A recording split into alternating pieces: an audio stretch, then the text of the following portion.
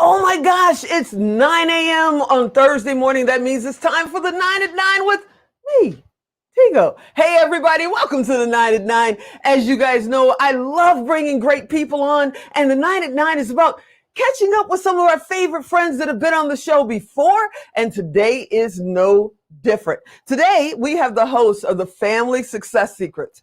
They're my buddy Steve and Katie. What's happening? You guys out there? There they are. What's going on? Good morning. It's so good to see you. Yeah, good afternoon for us.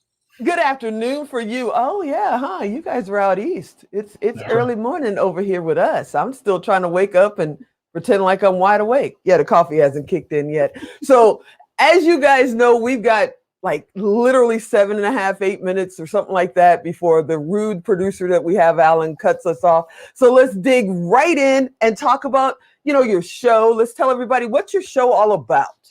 Yeah.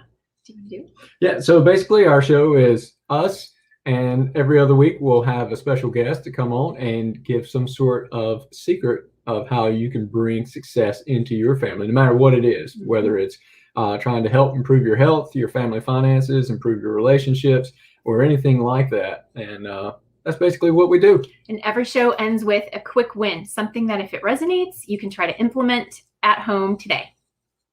Oh, that's awesome. Okay, so that explains the title, Family Success Secrets. Got it. Boom. Okay, so we need to talk about a couple of things. Because I've been in grocery stores, and I also have a neighbor who has 3 kids under the age of 5.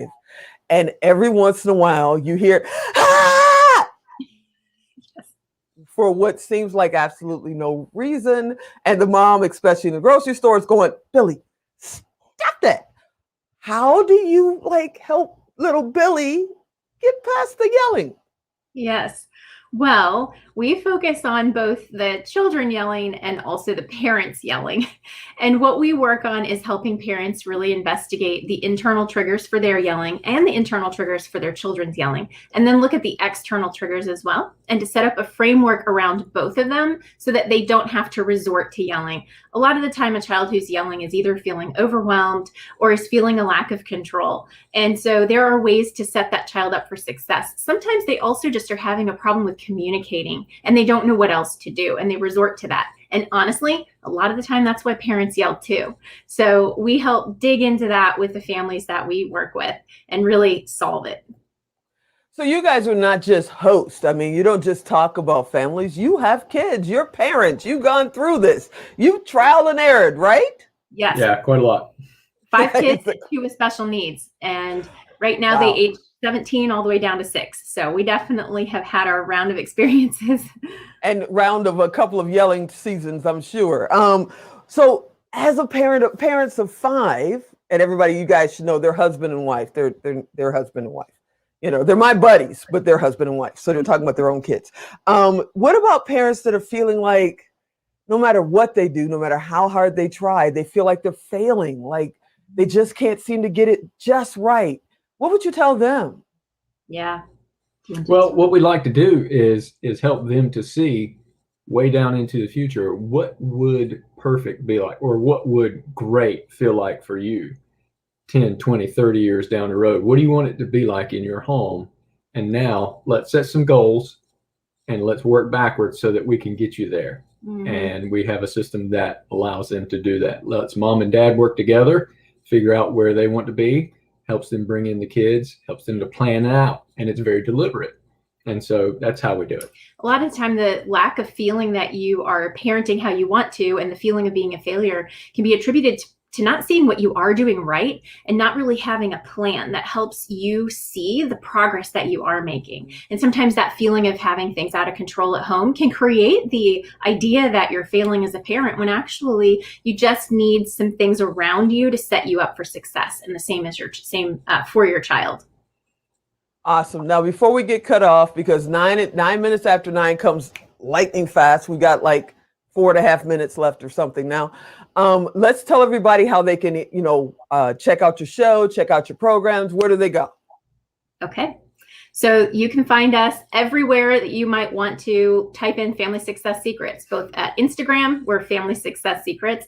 On Facebook, we have a page and a group that is also by the name Family Success Secrets. And then if you want to get onto our newsletter where you can access us directly, go to podcast.familysuccesssecrets.com, and we send out a newsletter every couple weeks, and you can automatically respond to that, and we will receive your note personally.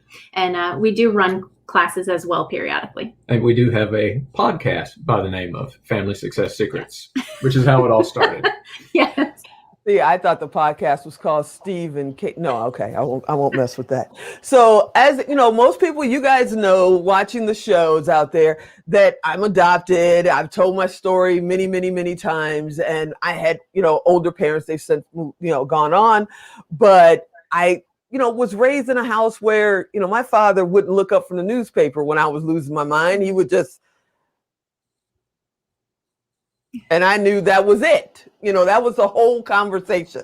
I say I love him. He said, wasn't that a great game today? That's the kind of communication we had.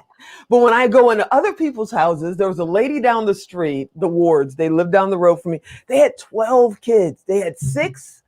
They had a break, and then they had 6 more. And none of them were twins. We're going to get in that in a minute.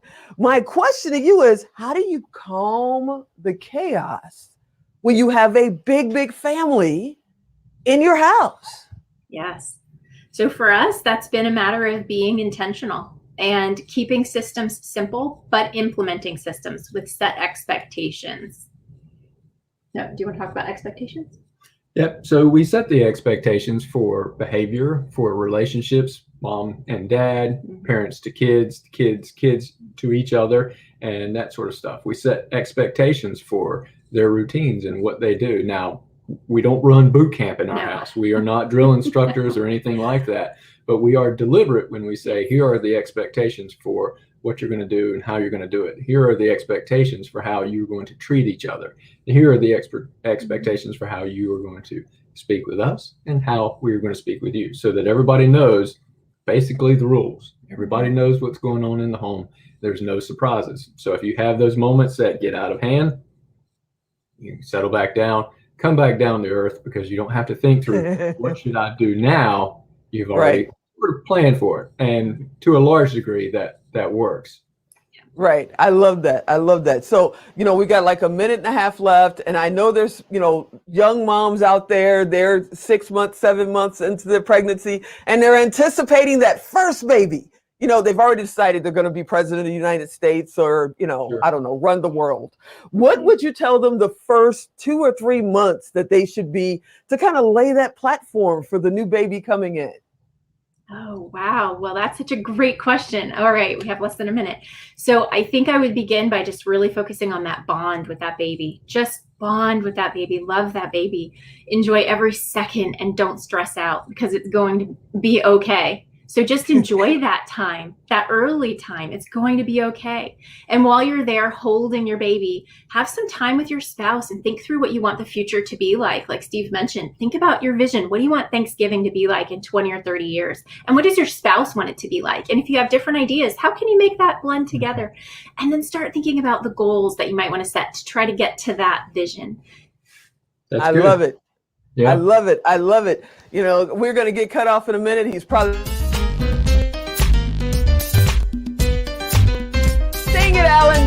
I was just going to say he's going to cut me off in a minute. So I wanted to thank Steve and Katie for coming to hang out. You guys go check out Family Success Secrets on Instagram, on Google. Heck, the podcast itself is called Family Success Secrets. You can't miss it. And as always, thanks for watching. Thanks for hanging out. I'm Tigo, and I'll talk to you next time. Really, Alan? Really?